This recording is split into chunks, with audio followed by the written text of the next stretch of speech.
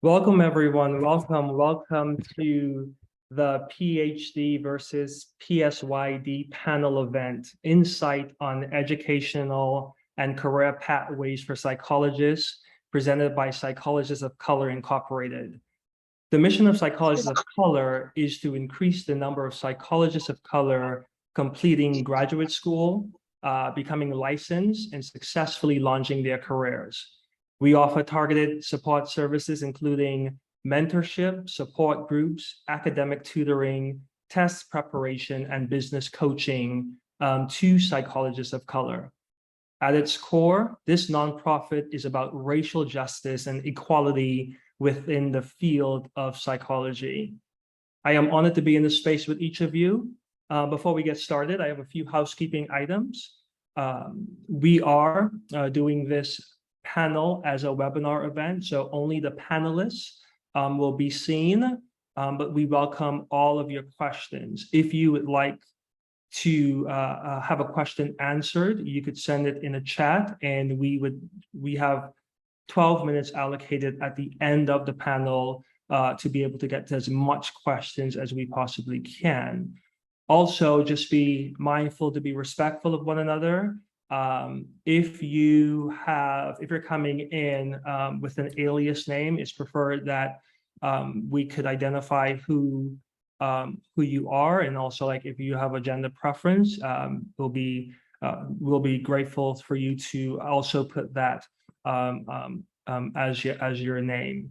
And make sure this is not a housekeeping item, but follow us on all of our social platforms, Facebook, Instagram. We have a YouTube channel in our website, psychologistofcolor.com.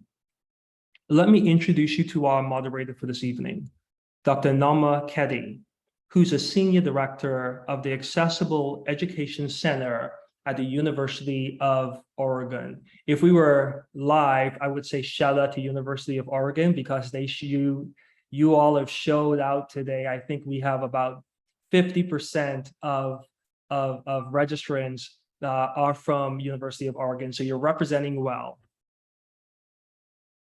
Okay, so back to University of Oregon. She's also a proud board member of Psychologists of Color, so thank you so much for your service, Dr. Nomer.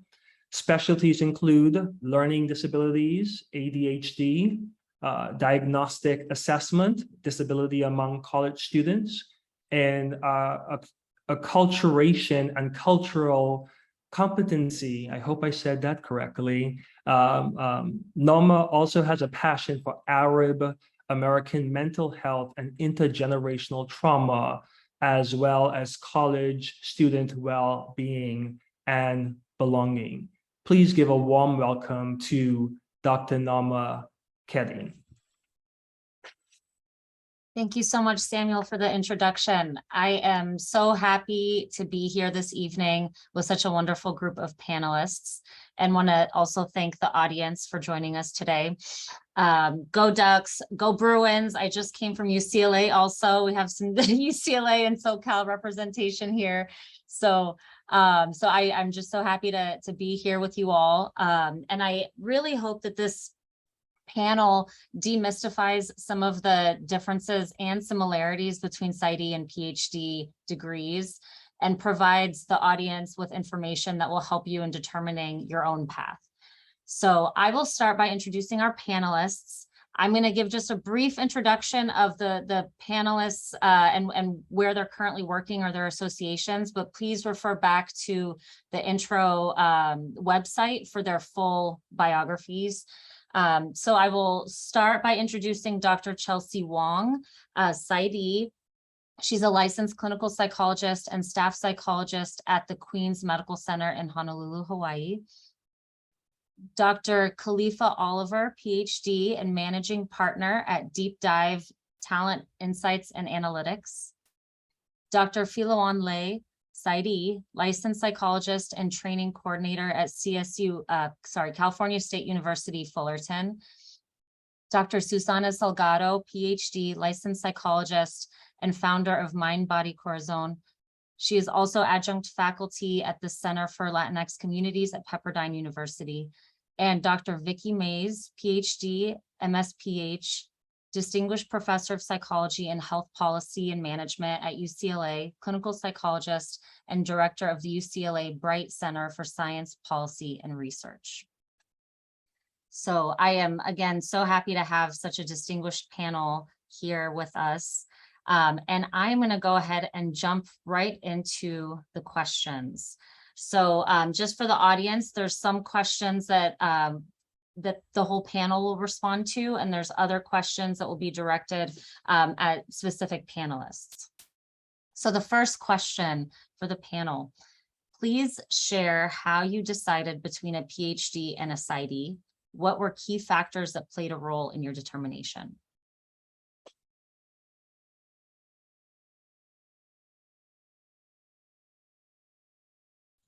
I think I'm first on the list.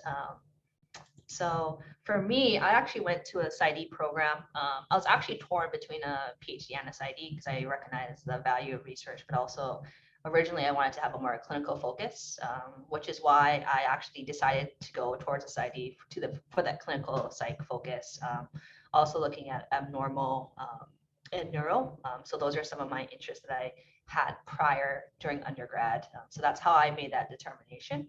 However, I always was also looking at length of degree and track, and also possibly specialty, since if I did want to do neuro or more of like a health focus. Also, I was looking at scholarship. You know, I think that's one of the big things to really think about. And, you know, if you have loans, I had loans. I did come from a single parent family, so it's something that was consciously on my mind about making the most accurate and, you know, quality decision for my education. And also looking at quality of life. I don't think people also think about, in my case, I wanted to be closer to home. I was on the mainland for a good amount of time, and to me, home is in Hawaii. So I was in Oregon in a while. So, you know, I decided to stay in Oregon, and for me, that paid off to take that Psy.D. route, looking at the time, the degree, emphasis of research, scholarship, but also quality of life. For me, it was because my specialty was IO psychology. And so I wanted to focus heavily on research and statistics. So that was a big component to me. Also, I was torn. I was trying to decide if I wanted to become a practitioner or researcher. And in my field, it is easier if you want to go into faculty to have a PhD in industrial organizational psychology. So that was big for me.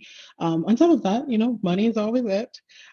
In IO programs, you are more likely to find MA PhD programs, which are 5-year programs that take you right through, and they generally pay.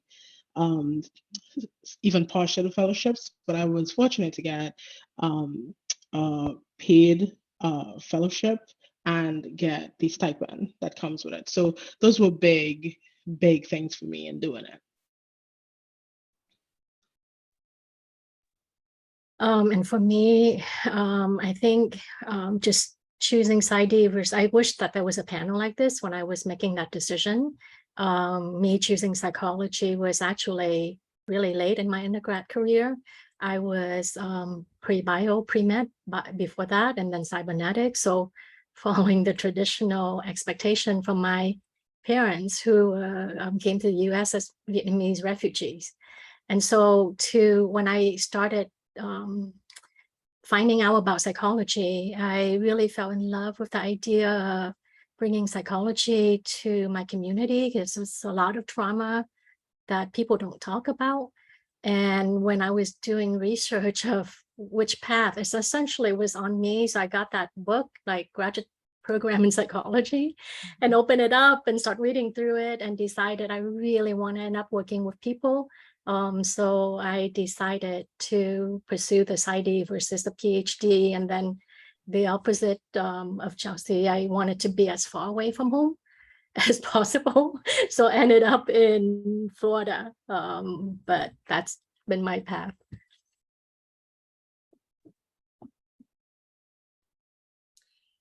For me, let's see, to be quite honest, I did not know the difference between a Psy.D. and a PhD when I first was looking into graduate school. I was one of those students in undergrad that I just sort of like happened to find things along way, and I wasn't as informed. I was the first person in my family to go to college, first person in my family ever wanting to pursue higher ed or pursue a graduate degree. So I really just remember asking, and I think I want to be a psychologist. And someone just said, you have to get a PhD. I wasn't even told that there was such a thing as a Psy.D. However, what looked really appealing to me about a PhD was the fact that I've always been very curious. I have a lot of questions. I'm pretty analytical, and I wanted to do research. And so I had a lot of questions about my community.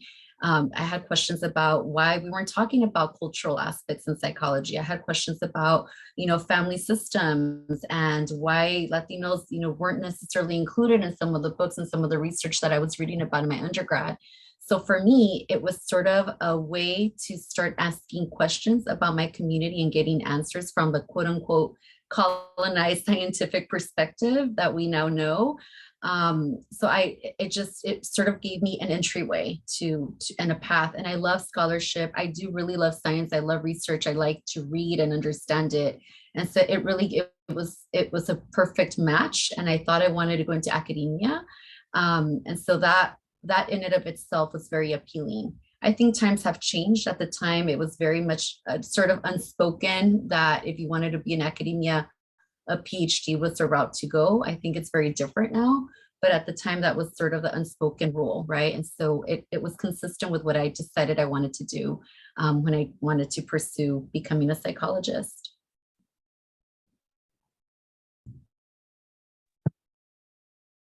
I think much like my colleagues, I have somewhat of a similar story in the sense that I'm a first gen. And so in terms of going through school, what happened is I had a psychology course when I was in high school. I had a sociology course and a psychology course in high school, and decided, oh, that's what I know I want to be. Before then, I thought I was going to be a meteorologist, something I saw on TV. I like clouds.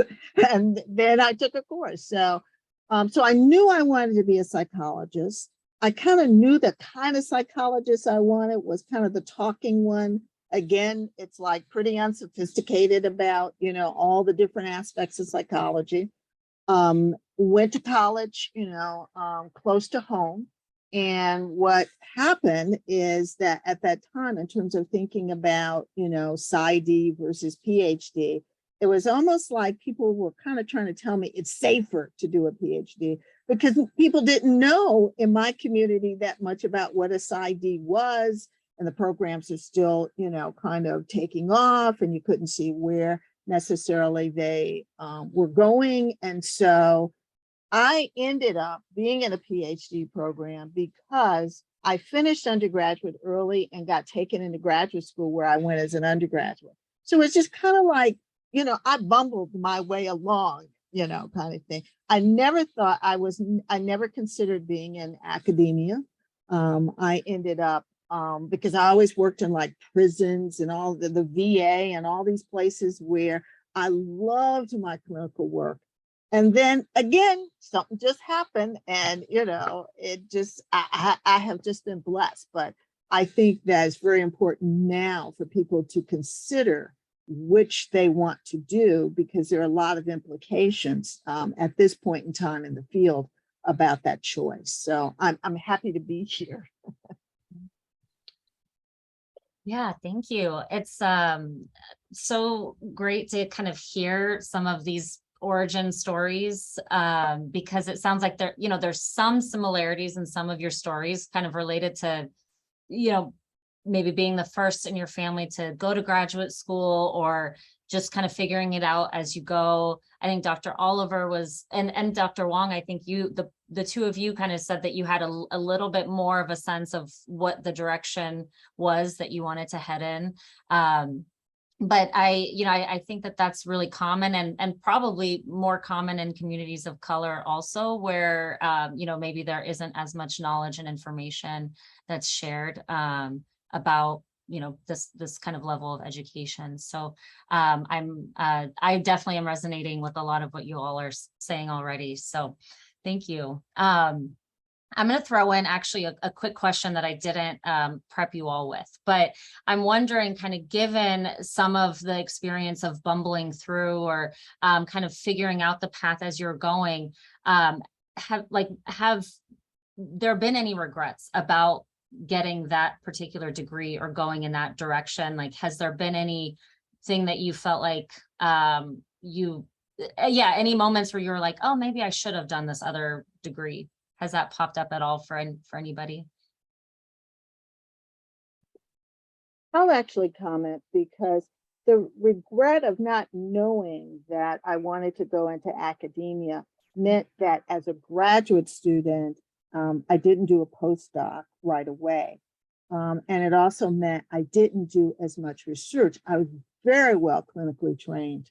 But what it meant was when I came into academia, I really was kind of in those first few years running in place to kind of get up to par with the level of skills to actually, drive that clinical interest into being a kind of more scientist practitioner interest. So that's the only thing that I regret, because I think my early years were pretty tough. I actually ended up doing a postdoc after I was hired, kind of late in the game. And it's what provided me with, I think, some of the skills that I needed to be able to be successful in academia. Okay. Yeah, that I think that makes a lot of sense, just related to I think being in academia is not something that all definitely not all of Psy.D programs, and potentially not all PhD programs really prepare someone for, or you have to be very intentional about making some of those choices to go in that route. Thank you. Okay, so the next question is another question for all of the panelists. If you could give your young pre-graduate self one piece of advice regarding graduate school, what would it be? Study harder. I'm just joking. Actually, to have maybe a better balance. I think sometimes in graduate school you get pulled into like multiple directions. So I would say for myself, have a better balance. I think for me that it's just a part of the journey. And that's big, especially for me, as I went into corporate America, right? You're going to find that you're going to do all this work and people are not going to care. You have a PhD, they're not going to care. And you're going to report to some bosses who don't have it and don't care. But it's just part of your journey. And it's a big part of your journey that you will eventually draw on. But while you're in the weeds of it, it feels like everything. It feels like your whole life. It feels like you will never get past that point, but you will. And when you get out of it, you'll also realize that you're in the company of a very small amount of people who hold these degrees, but in your world it seems so normal. And so while you're in grad school, it will feel overwhelming, but when you get out, there's a lot of perspective that you're going to get with your degree that is both a place of pride, and it's also a place of humility that you have with this degree. I love this question. I think for me, in looking back, I think the one advice I would give myself would be just to breathe.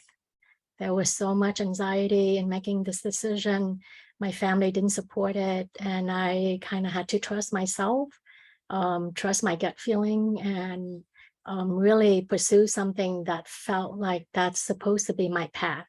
But I wish that it didn't come with so much anxiety and just a lot of angst about making the wrong decision and just disappointing my family and not being the real doctor. So I think that would be like the advice I would give myself. I give myself two pieces of advice.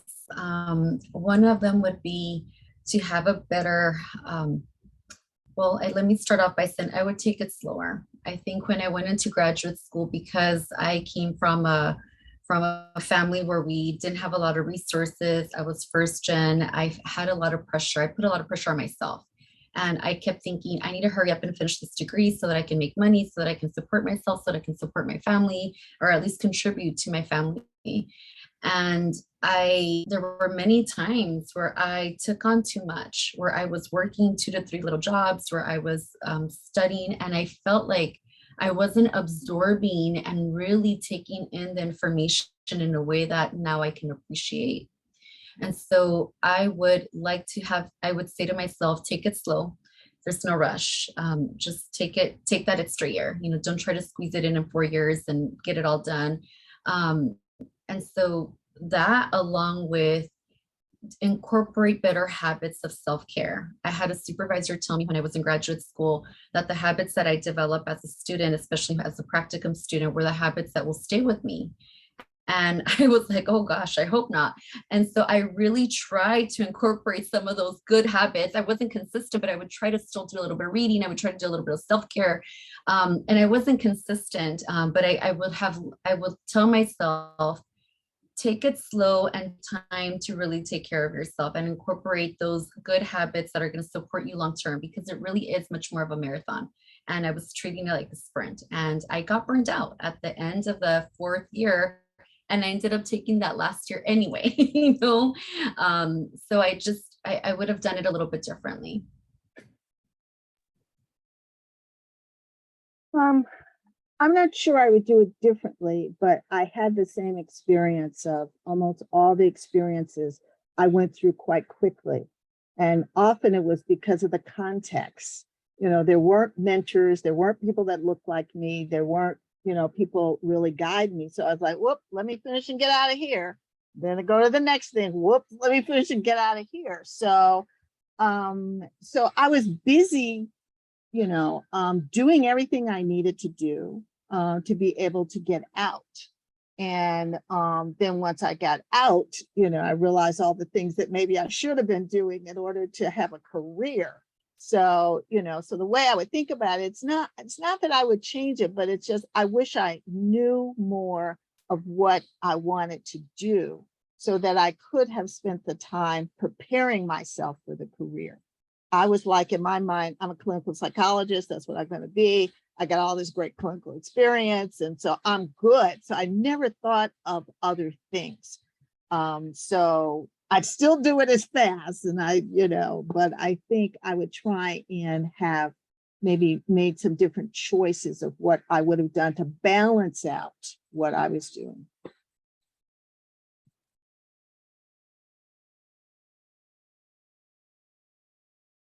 Sorry. Thank you all for those responses.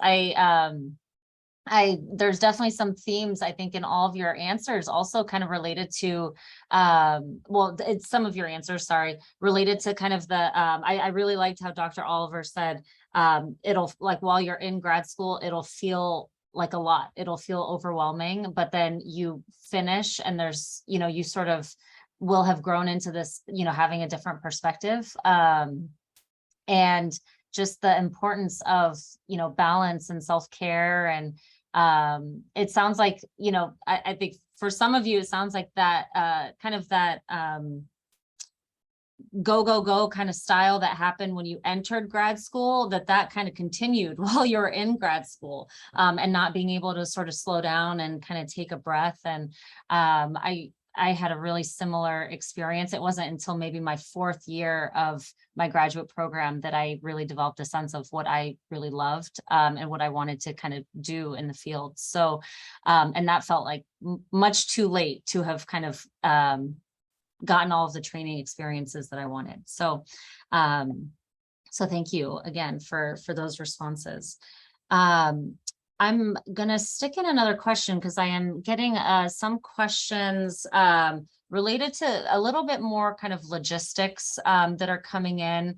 And I'm wondering if you all can share a little bit about what you would describe to be some of the main differences. I think you've hit on them a little bit in some of your answers, but can you describe what you would say are some of the main differences between the 2 degrees regarding, courses or curriculum, training experiences, program requirements or cost, things like that, just to make sure that the folks in the audience have maybe a better baseline about the differences. I can just jump in. I think my program had both tracks, so a PhD and a Psy.D. And there's one word I would say the difference is statistic and research methodology. So for those of us who were on the Psy.D track, there was a lot more focus on practicum, on conceptualization, like therapy courses. And the ones who were over in the Ph.D, they had more statistic, research methodology, a lot of more research classes than we had, which was, I was happy that I picked the Psy.D track. And to add to that, I think it's important to kind of have some idea. Psychology is broad, and to have some idea of your specialization at that point, because that will also guide what you're trying to do. So like in IO, you won't get a whole lot of practicums, right? You won't get a lot of rotations. That's not something that's implicit to IO, but that will be implicit to clinical. So there are some psych fields where you will have more of those options. So you have multiple tracks, and there's some where you just don't have much of a choice. And it's important to know that, because the people in the field know it. And so ever so often you'll see some of the nonprofit schools, they will pop up and cause a little bit of confusion. I recommend in those situations, talk to people if you can, try to find people who have the degree or at least in the field of that specialization, so that you don't spend a lot of money, because those schools tend to be extremely expensive. You don't spend a lot of money and then realize that now you have to spend a lot of time kind of course correcting while you're out in the field, because that's very hard, and it makes it a lot. It could feel very frustrating at that point, and you've already spent a whole bunch of time in school. You don't want extra. I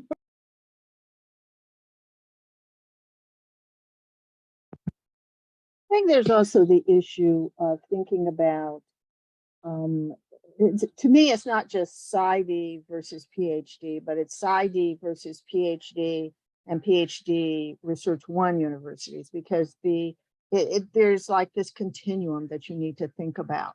So for example, at UCLA, we're considered a research university. So our graduate students will tend to utilize what can be research hours, whereas in another program, they may be using those for clinical hours. State of California allows you to make that change.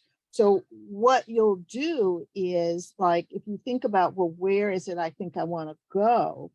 What you'll see is that people coming into some of the R1s across the country tend to be out in gap years doing being lab managers. And then they go from lab managers into those R1s. So I think it really, I really say there's a PhD and there's PhD in psychology. And it's like, to the extent as an undergraduate, if you still don't know, I think at the end of it, you think about, more students now do gap years than probably when we were getting our degrees. And so this issue of a gap year becomes important. And I always say to students, it's not that taking a gap year is an issue. It is what you do with that gap year, because that gap year really should be preparing you to go where you need to go. And I tell the students in that gap year, it's also okay for you to make, to get out of one job and into a different one, so that you really are getting into what it is that you're preparing yourself to go into for graduate school.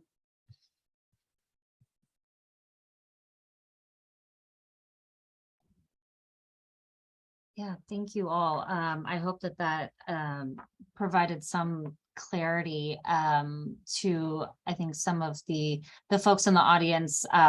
Ultimately, it's not a super black and white answer, I guess, about what the difference is between a Psy.D and a PhD. And I think even, here in this group, there's folks that are doing similar work that have different degrees. And so it really, in a lot of ways, is I think what I'm hearing you all say is that there's some maybe core differences in clinical training or kind of research and statistics and methodology.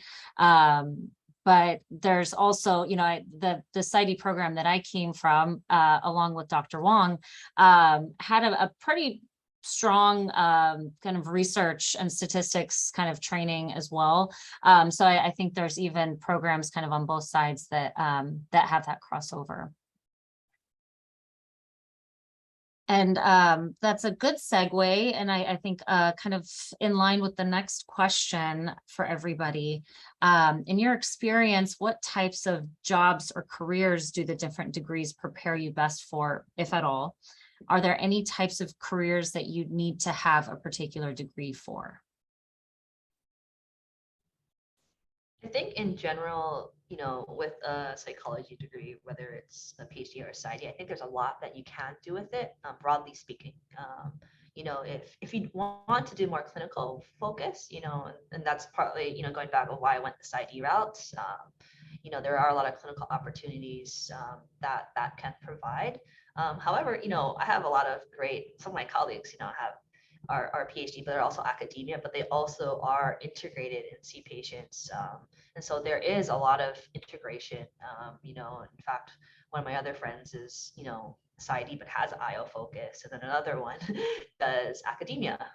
So there's a lot of crossover. And it goes back to, what do you want to do, future wise, but also looking at, what works for you too. Because sometimes, I know for myself, not only am I here in the hospital, but I used to do private practice, but I do help with Department of Health for mental health emergencies, and also with JABSA with Department of Psychiatry. So I do have multiple roles and hats and shift. And I think that's the beauty of the degree, to allow you to have different opportunities. Sometimes I think I shouldn't say this, but here's a secret. Outside of academia, in a lot of cases, people don't know the difference. All they hear is doctor. They don't know that you have a wealth of opportunities. In academia, within our different groups, within our different fields, we know, right? We know the difference. You'll have exclusions, you'll have inclusions, but outside, especially if you're in corporate America, they don't know. They don't know and they don't care. It's a nuance we know. And that's why it's important about what you want to do and what you think is really important for you. Because you're going to come to find out. And it could be kind of disappointed sometimes. Okay, so nobody cares. Okay, fine. So I'll do whatever I want. So you have a lot of options. What you just need to figure out is what is the path that you're trying to take, recognizing that the world is changing and the way these degrees are being used are changing extremely rapidly. In the past few years, you're going to find more clinical psychologists now in organizations in ways they weren't before. There's an increased focus on health and wellness and well-being and mental health, and so there's a rapid change in how these degrees are being used. So it's opening up what you can do with your degree. I think it's about why you get in there and what specialty you have and what specialty you want. Like for me, it's employee experience and people analytics, right? That's not a specialty for a couple of my friends who are into selection, and there are other people who are into performance management. And so we all have the same degree, but we're all taking different paths and we have these different things because we're doing what we want to do, but recognizing you're going to get this wealth of information where if you decided this ain't it, you could switch on. And that's the beauty of having these kind of degrees, because you could make some pivots a lot more smoothly. It doesn't feel like that in the moment, but you can make some pivots because the world is opening up in a very different way in recognizing psychology as something that's important, and it's no longer this optional thing that you can take care of if you want to.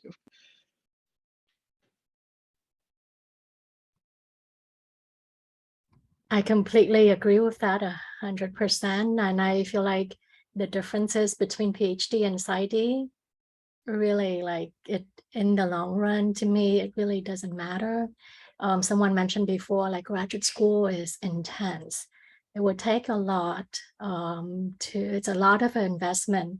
And so I would say, step away from that a little bit and really look at it from a more holistic perspective of really finding a program that would allow you to be who you are and allow you to pursue your passion in a way that you see yourself pursuing. So to me, like, that's more important than, like, I think choosing a particular degree, because I completely agree, like being a training coordinator coordinator, I don't really feel like I make that much. We don't really notice that difference between PhD and Psy.D, to tell you the truth. Yeah, I also agree with everything that's been said so far. I would recommend for anyone really looking into pursuing a doctorate is to look at the curriculum, look at the classes, talk to the students in those programs and see, first of all, how do the classes look? Are you excited when you see these courses? Do you feel like interested and curious and want to know more? When you speak to the students in the program, ask them like, is this accurate? Is the curriculum, is the mission, is the way the program describes itself, is that a good representation of what's actually transpiring in the program? Like, what's the culture of the program? And then what I want to add is it really is around, but in terms of what prepares you for a particular type of job, Dr. Oliver is right on point, right? Like the field is changing significantly and there's a lot of crossover. And the reality is that there's a lot of people who go into a PhD with a certain idea that they're going to be an academic or a researcher, work in an R1 institution, and they might do that maybe for the first 10 years of their career and then decide to do something different. And our career and our degrees really allow us to do that. And it's really around what experiences are we getting, right? So if I decide that I want to do more assessment now in my private practice, I just have to make sure that I get some consultation and supervision to make sure that my assessment is on point and current, even though I haven't focused on assessment in the last 5 or 10 years, right? So I have to make sure I get a little bit like proper training, consultation, supervision hours so that I'm doing it well. But I am allowed to pivot. I am allowed to sort of re-specialize and reinvent myself in our field. And I think that is one of the most powerful things about our doctorate degrees is that we can reinvent ourselves many times. People oftentimes will say like, I'm sort of tired of this specialty and I'm going to go do something slightly different. And again, it's all around the experiences that we're seeking and creating for ourselves that really prepares us for the next step rather than a PhD or a Psy.D. I would have to say that I agree 100%. It's like once you get out of, kind of snobbish academia, it's almost like you're a doctor. And it's almost like you could be of something else sometimes, I think. You have a lot of flexibility. But I think the thing to really start thinking about is the world is really changing right now. The things that we can do and where we do them is very different.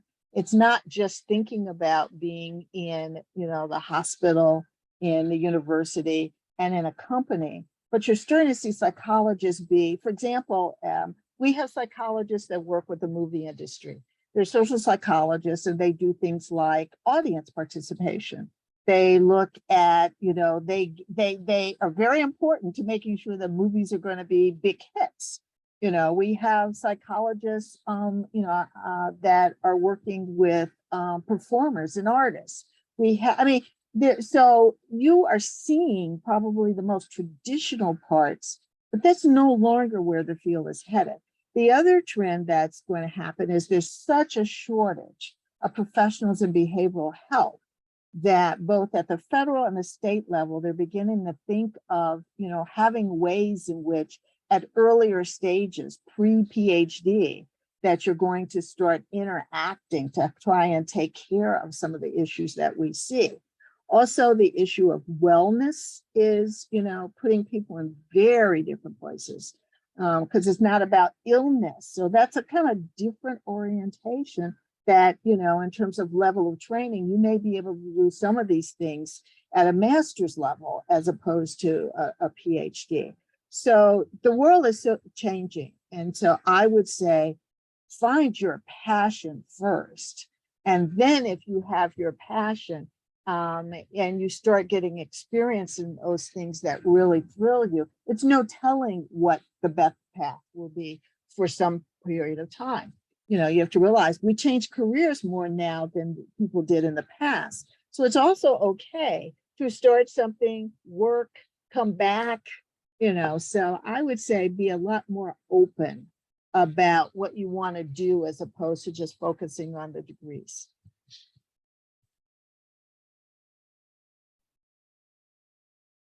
Wow. Yeah, that, this is back to Dr. Lay's comment early on that she wished that there was a panel like this when she was about to go into grad school. I am feeling that right now, because I think that I think in a lot of ways that question demystifies kind of these distinct differences. And, I think what a lot of people maybe view to be this hierarchy between PhDs and Psy.Ds and, and throw MDs in there and throw, master's level clinicians in there. So it's, I'm hearing from you all, given your experience, given your knowledge, given the different roles that you've played, that it's sounding like, what it really comes down to is finding, maybe the school that is the best fit for you, regardless of whether it's a Psy.D or a PhD, because of the flexibility, I think that that there is sort of innate to both. Okay, so we're gonna jump to a question that's specifically for Dr. Lay. So if someone wanted to work clinically in a college counseling center, is there a degree that you think would be preferred, or any particular training experiences? And have you seen any differences in skills or training among interns coming from PhD versus Psy.D programs? I know you kind of spoke to this a little bit already. So the quick answer to that is no. But just to give a sense of stat, for the last 2 selection cycle, we received 73% of application from Psy.D students and 25% from PhD students. And over the last 5 years, I think the majority of interns who ended up matching with us have been Psy.D.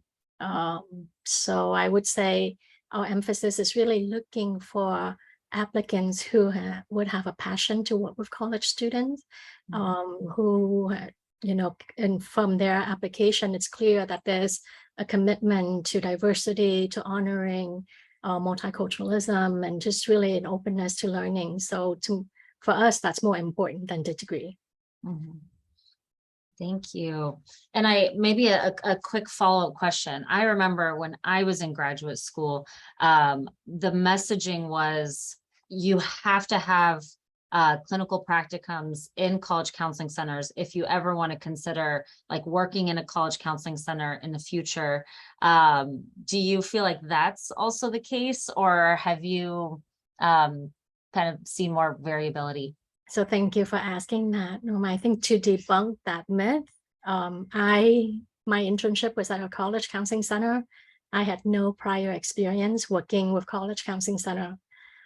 So the same for us, like as a selection committee, we might look at that, but overall, I think we look at the holistic application, how applicants would interview, how they communicate with us. So not so much, it doesn't weigh so much for us. Just speaking for our site. Right? Thank you. Okay, a question for Dr. Mays and Dr. Salgado. So both of your work centers on BIPOC communities, with Dr. Mays working in academia and research and Dr. Salgado in private practice. With both, I think both of you having some kind of crossover as well. But what led you both to focusing your work on racial or ethnic minorities, and what aspects of your doctoral programs or degrees helped you prepare for this work?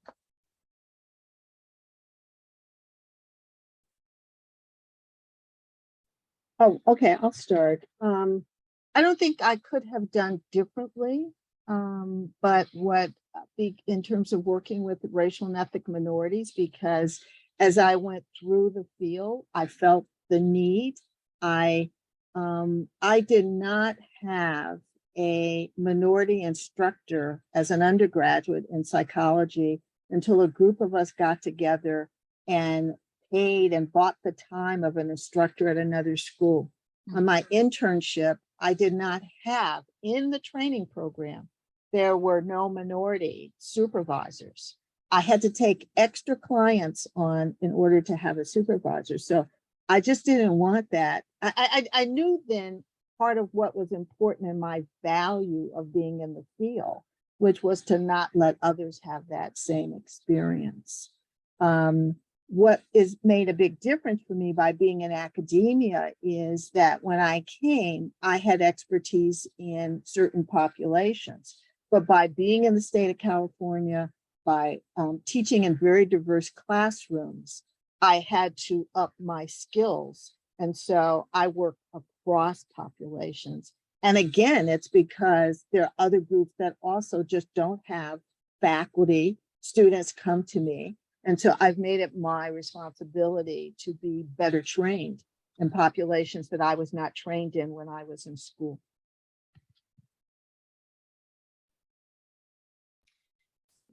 For me, that's truly why I decided to pursue this degree.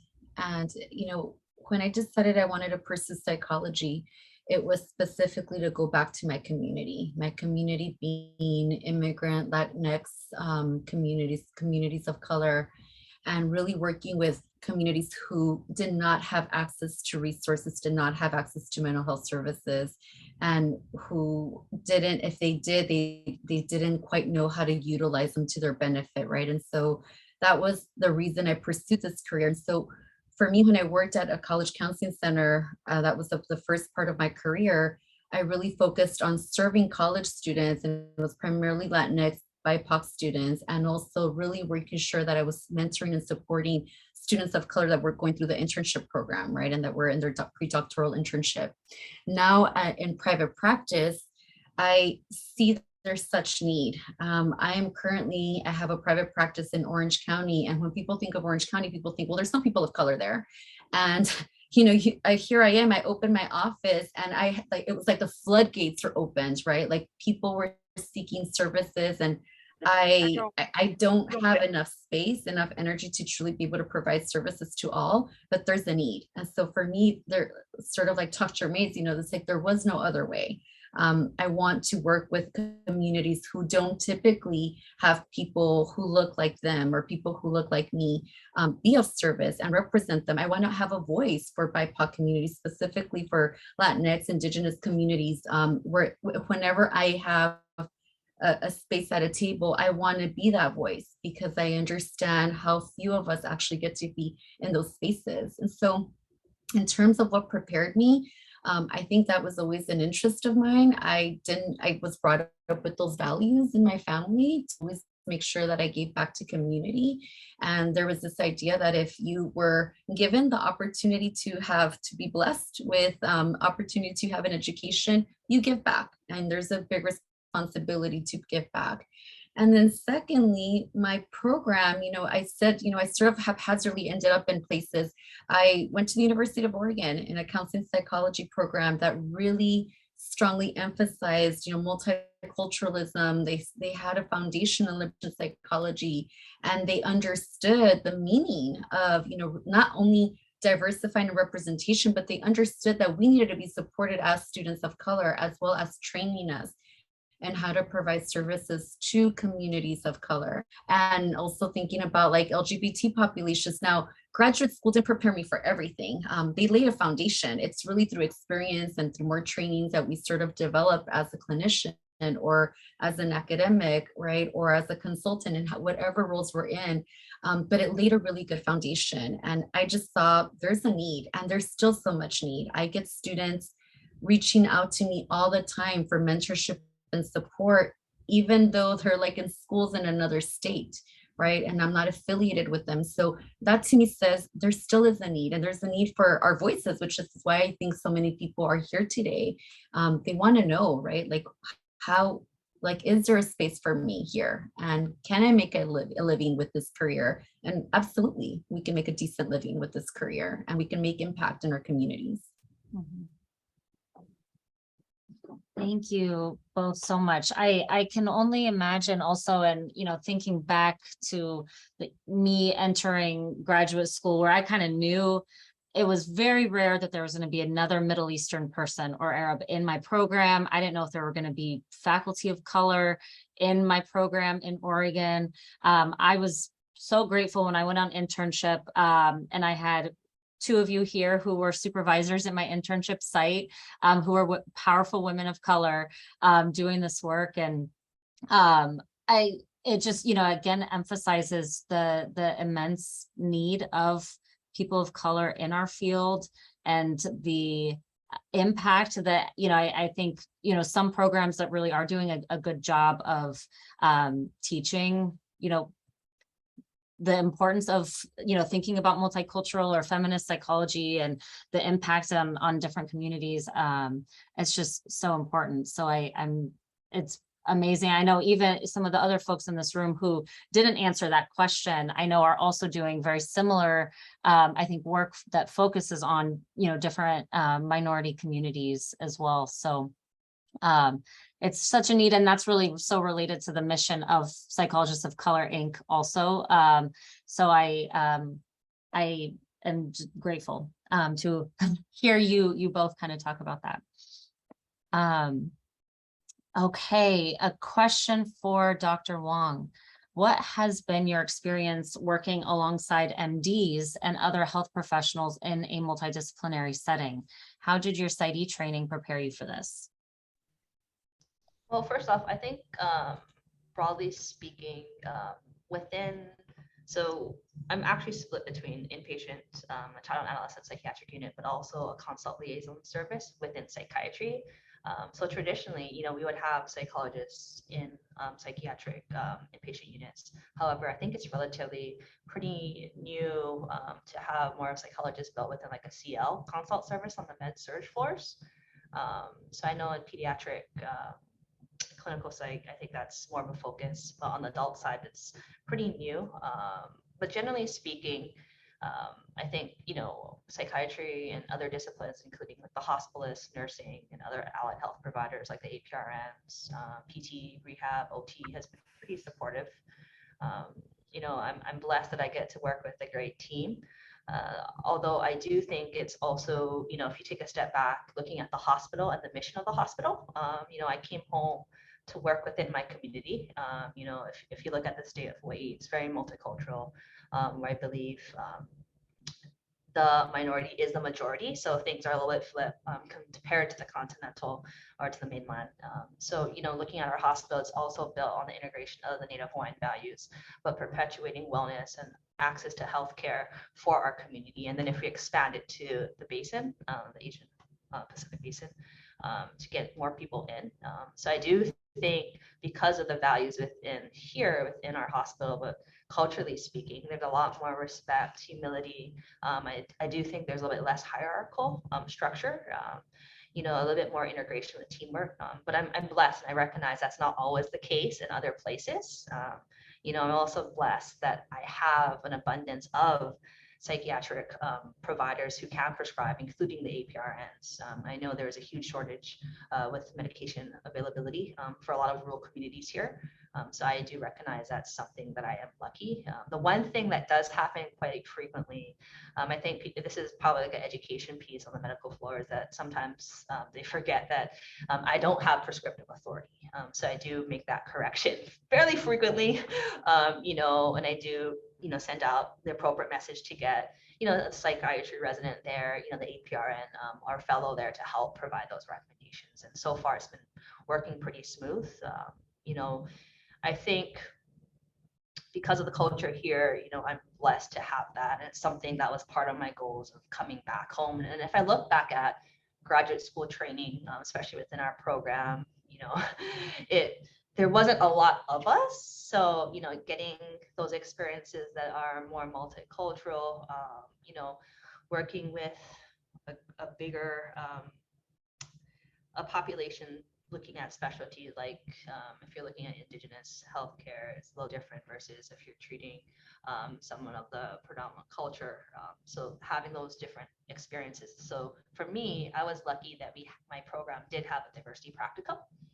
So I was blessed to have that with intensive supervision, looking at assessment, how do we adapt training to work with individuals.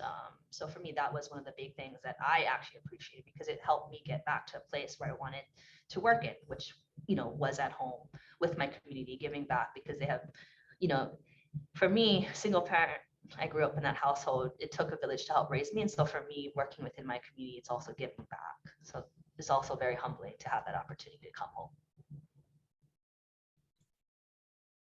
Thank you. And that's so great to hear, because I think even, we didn't finish grad school that long ago, but even at that time, there was, I think, a lot of discussion around, the kind of tension between MDs and Psy.Ds in healthcare settings and things like that. So it sounds like, at least in Hawaii, like you're saying, because of the maybe kind of cultural values of the location, that tension isn't there.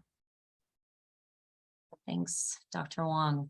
A question for Dr. Oliver. How does a doctorate in psychology play a role in working with corporations, and how did you come into such a niche role? What recommendations do you have for others interested in industrial organizational psychology? Yeah, it's one of those we're viewed as a secret weapon. Most people don't even know we exist until there's a problem. So what happens a lot of the times are the basic things that people don't think of every day. It's our job to think about it. How you select people. So when you get ghosted, that's us telling them, please stop ghosting folks. Quant stuff when we're thinking about the way to interview people, how to keep people, right? So slowly, as there's more of a push to see people as humans in the workplace, there are more people with IO psychology degrees coming in to help make that happen, as there's more of a push to equality using our statistical backgrounds to help make that happen. It's one of those things that if you've met, what I've found, at least I should say, in organizations, there's some people who just absolutely don't know who we are. But when we get in, then they know who we are, and then they will hire people with IO degrees after. It's getting better, and a big reason it's getting better is because a lot of consulting companies, the McKinseys, Bains, the big companies have started to recognize that quant, and they've started to recognize the value of that research, and CEOs listen to them. And so because now we're being put in this position to make these decisions and help CEOs and C-suite execs make these decisions, now they're like, well, we want our own. So that has been very helpful over time, as there's a push-pull with talent. So I'm going to be honest that some days it feels like a constant fight, a constant battle, because there is a struggle for a lot of businesses, particularly in the US, because I've noticed it's a little bit different in some other countries. To see people as people, to see people as humans, to not just look at the bottom line. And so our role often is that conduit between what are people saying, how are people feeling, what's happening with the people, and what the business needs. And we have to translate it because they usually are not aligned. And our job is to kind of serve as that seesaw, if you will, to try to align them at some point to get them as close to possible before they just do explosive things. I will tell you there's a lot of job security because companies and corporations always finds ways to screw it up every time. So we have to go do law, we have to do court cases, we have to know the law, we have to understand the statistics behind it, we have to help them. So there's always a job for us, and there's the good and bad in it, because you're going to have to do a lot of eye rolling. But a superpower in it is that because you have this background in psychology, it also helps you in how you communicate these things. You'll find that we'll do statistics, but I call it human statistics. So there will be people doing analytics, but then you bring us in and be like, okay, we need to humanize that, because these, my rule of thumb is as a data point, and a data point is a human. And so every time we make a decision, that data point is a human, and that's why somebody like me will exist. The thing about IO psychology is the things that we typically talk about that they didn't really have a formal name, until HBR or somebody gives it some sort of cute name that every corporation wants to then say, like Great Resignation and all that foolishness. We're studying it. We're studying it at the micro level. And so we're ready. It exists. The data is there. We can help with that. And so it's been one of those things where before it had a name, like employee experience had a name, didn't have a name yet, but we knew things like, well, what about how people are satisfied at work, how people feel at work, how people, have work-life balance. We knew these concepts and these constructs, and they come from IO. They come from the fields of research that we do before they're put together and packaged nicely as under a given name. How I get it, it's one of those things. You go into these companies to help with very specific things like selections, surveys. You do these things and then you grow. Your value increases when you're in the organization. That's how IO psychology works. Fortunately, unfortunately, because it could be frustrating. But once you get in, your superpower almost grows once you're in there because you have all of these skills and competencies that people take for granted until they're around them. And they're like, oh, you can do that? Okay, can you tell me what that means? And then you start getting a lot of trust. One big reason for that is that we're steeped in data in a way that a lot of organizations recognize for the consumer side, but they have not recognized for the talent and employee side. And then the good thing is if you get sick of the talent side, you can take those same skills and go on the customer side, which is where a lot of the money is. Just saying. On that side. I will be honest that when I started, I thought I was going to be a faculty member until I realized that while I could do research, I hated having to do it in order to get tenure. I just want to study what I want to study, and I like nice things. And so there was a faster return on my investment in organizations. But there are friends that I know who have this passion for study, and their work helps inform my work and helps me get better because I could study their work. I also conversely know some people who have made a transition out of academia into private business. And a reason for that, we'll be honest, is money. They've made that transition. And there used to be a time where that was hard. If you were in IO, at some point they made you choose a track. You were either a practitioner or you were a researcher. That was it. You were an academic. And to Dr. Vicky's point, there's snobbery, right? There's that snobbery within academia. But now there are enough people who are figuring these paths out. We're in governments, we're in communications. To your point, we're in all these different industries. And the beauty of IO is that you can be in any industry. It's very industry agnostic. Everybody's messing up. We got a lot of jobs. The hardest part, I will tell you, is you don't know. Companies often don't know what to name these jobs. So you have to learn the names of the jobs. You might see org development, you might see talent management, you might see selection and assessment. That's the hardest part of my job and in my world, because you're looking at these jobs and you're reading job descriptions and you're like, I don't know what this is, right? So if you're ever interested in a PhD in IO, biggest thing I could tell you is talk to people. And outside of something like PsyOp, which is the major group we're in, talk to people in IO so that they can kind of guide you, because you'll start seeing things like people analytics that people didn't realize a lot of IO people are in, where there are nuances and there are things that we understand because we're in there and we can navigate it in a very different way. But because there's still not a full understanding of what we do, because of the scope of what we do transfers a bit, what happens is companies name it all types of stuff. And what they're really asking for is IO. I've been pleased in the last few years, maybe 5 years, to see IO as they will say decision sciences, organizational behavior, IO. It's finally being listed as something that you can do. Another secret that I should not say is that while you're trying to make this distinction as to whether you need a Psy.D or PhD, depending on what you want to do, you don't even need one, right? You do not need a doctoral degree. If you just think that you want to be in industry and that's where you want to be, and you have that master's, you do not have to rush. You can get out with your master's and you can make money and you can figure out if this is what you want to do. Then you can always go back in for that PhD, but that PhD needs to be for you. That PhD, don't think that PhD is going to just suddenly open these doors, because you'll get a PhD in IO and you do have to start in some of the entry-level jobs, which could be frustrating because you got to get your way in. So I think I've heard it a few times tonight. You can pace yourself. The master's is much more important. PhD, I mean, everybody likes, that lecture zhuzh, and the companies love to say we have these doctors on staff.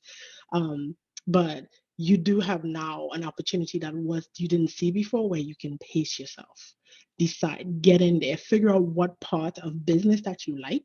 And for me, it was satisfaction, employee experience, people analytics, taking data and telling stories of people and helping make decisions, helping employees make better decisions, right? You got to get thick skin in my field, because we have a lot of leaders who are in doubt of what the data tells them. You have to be very solution oriented, but it is very fulfilling, and you have a lot of options. You could be an external, you could be internal, you can have your own practice. I've done all. And they're all good for whichever season I feel like at a given time. But I think at the end of the day, you can pace yourself, and that's how you get into it. Thank you so much. I know you're, like the question asked, you're in a very niche role. And I know a lot of programs have IO kind of specialties, but it's still a much smaller population, within the field of psychology, of folks doing that work. And so it's so interesting to hear that. I know we're close to out of time. We have one more kind of pre-prepped question, and then I'm going to try to fly through some of the questions that people have asked in the chat. And I'm going to, for the panelists, I'm going to cut part of this question in half, and just ask, do you have any recommendations or considerations specifically for BIPOC students who are debating between a PhD and a Psy.D? I'll say there's not much of us in there. So just go with whatever you think you could make the biggest impact on. Because there's not, no matter what you do on either side, we're not there. And we have the opportunity to make a difference, because there are not enough of our faces at the table. And the other thing is, a lot of what you're going to learn is very Eurocentric. And it's up to people like us to get in on either side to decolonize, if you will, some of the content that goes out there. I think, one of the things, like looking back at the original question about something I would regret, I think for me, I personally may actually have looked back to see if there's more programs with more multicultural like specialties or emphasis. I think that's, looking back and then looking at this question, maybe it's something I may have considered before. Just real quick to really look for programs that really walk the talk of valuing diversity. So you can look for how many faculty of color do they have supervisors who are ready and invested in your growth and development. I would say that's really important for students who might end up in a program and feeling really isolated. You have to decide. One of my recommendations would be to find a program that either has faculty of color who can serve as mentors, or that has other faculty of color, even if it's not in that program, but in the institution. Because I do think sometimes they can get very lonely, and BIPOC students can feel really isolated, particularly in some parts of the country. And although it's nice to know that you can reach out to individuals across country, especially now with media the way and just access, right, that we have through Zoom and things like that, it's nice to do that, but it's so good to have someone home base, like mentors and people that will support you, and people who you can check things out with and go, did I understand this right? Or I'm picking up on something and just really need that validation and reinforcement. So find institutions that have people who reflect your values, who reflect to you, whether it's diversity, multiculturalism, people who look like you, and seek them out. I was going to say, I think you need to know you and be honest about what you think you need. So do you need to be in a program that has faculty of color who are right there with you? Do you have networks in which you can reach out? Can you go to a program? I've seen people that say, I'm going to Harvard and Yale, and they're going for the name, and then it's like they're miserable.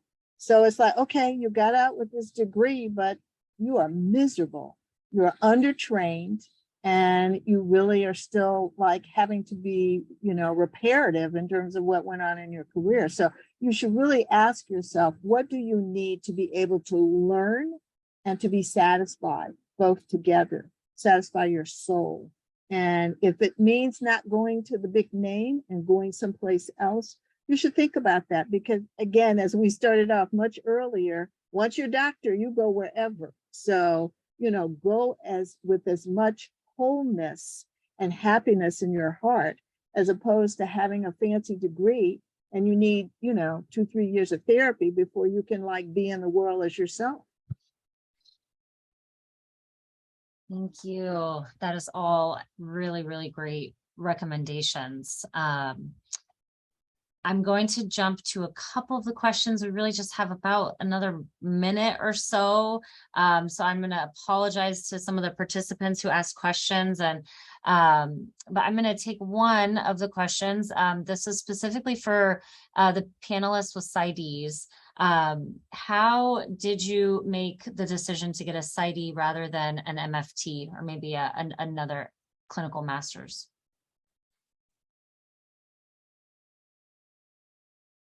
I think for me, it wasn't really a choice. So if I was going to pursue graduate school, I need to get a doctorate, even though I'm not the doctor that my parents wanted me to be.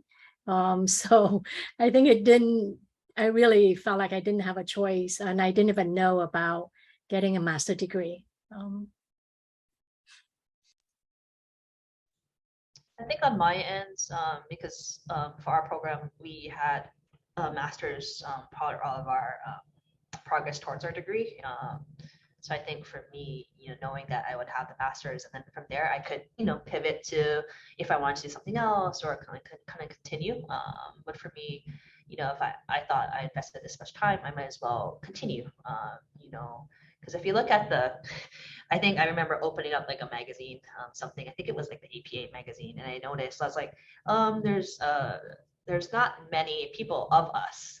So I think for me, I remember that was my turning point, and I'm pretty sure it was the APA Monitor magazine that I opened up, that I saw, and for me, that's what kind of continued the drive. Thank you both. Our time together is pretty much up, and I'm so sorry again for the questions that were sent in the chat that we didn't get to, but I think that also just reiterates, I think, some of the recommendations that I heard here today, as far as finding mentors, finding peers that you can run some of these thoughts and ideas by related to your career path. Really working with your professors while you're in undergrad. Some of the questions that came in were specific to maybe what do you minor in, and what degree should I get for a certain type of specialty, and things like that. So I really think a lot of those questions can be answered through mentor relationships with folks at your current schools. And please, I know I'm open to anybody reaching out to me afterwards if you want to just run any questions by me. And I don't want to volunteer the panelists, but if anybody is open to that as well, please go ahead and share. I see a thumbs up from Dr. Oliver. So, and Dr. Salgado. So, my in closing, I just really, I think this has been such a wonderful time spent with you all, and a really great discussion. I'm so appreciative of panelists again for being here, and your engagement and willingness to share your stories and your wisdom with everybody. I also want to thank the folks in the audience for being here, and do encourage you to take this information to help inform your journeys towards being psychologists, and know that there is a place for you in the field if that's ever questioned at all. And I'm going to go ahead and pass the mic to Samuel for some other closing remarks. Thank you so much, Dr. Nalmer. Thank you so much to the panel. We greatly appreciate the insight and the information that you shared today. Although we can't see everyone, Let's just give the panelists a round of applause. We would feel a round of applause in our hearts. Or if there's an emoji, yep, there's the emojis. Let's utilize the emojis. Awesome, awesome. Well, thank you so much. We're grateful that you attended our event tonight, and we want to hear from you. So we have created a needs assessment that we're going to post in the chat, and please take the time to fill it out. Once you complete the needs assessment, you are helping guide our mission. The information you provide this evening or in the next couple of days will assist us with programming and initiatives so we can continue to meet varied needs. Once again, follow us on all of social media and let's continue to build community and conversation. Our social media is active, so the questions that we were not able to get to tonight, we will get to those questions because it's because of you why we exist today. Also save the date. Psychologists of Color next event is on September 13th. Getting the most out of your training and supervision. More information is also on our website. If you go to Psychologists of Color /events, you'll see the upcoming events. Finally, we aim to continue to offer free events, and your tax-deductible donations will assist us with providing resources for our community. So we have a link. If you choose to donate, it's optional. It's Psychologists of Color /donate. You could also donate directly on the Give Butter platform. Thank you so much for being here. Hope to see you on our social media. Hope to see you at our next event. Thank you so much.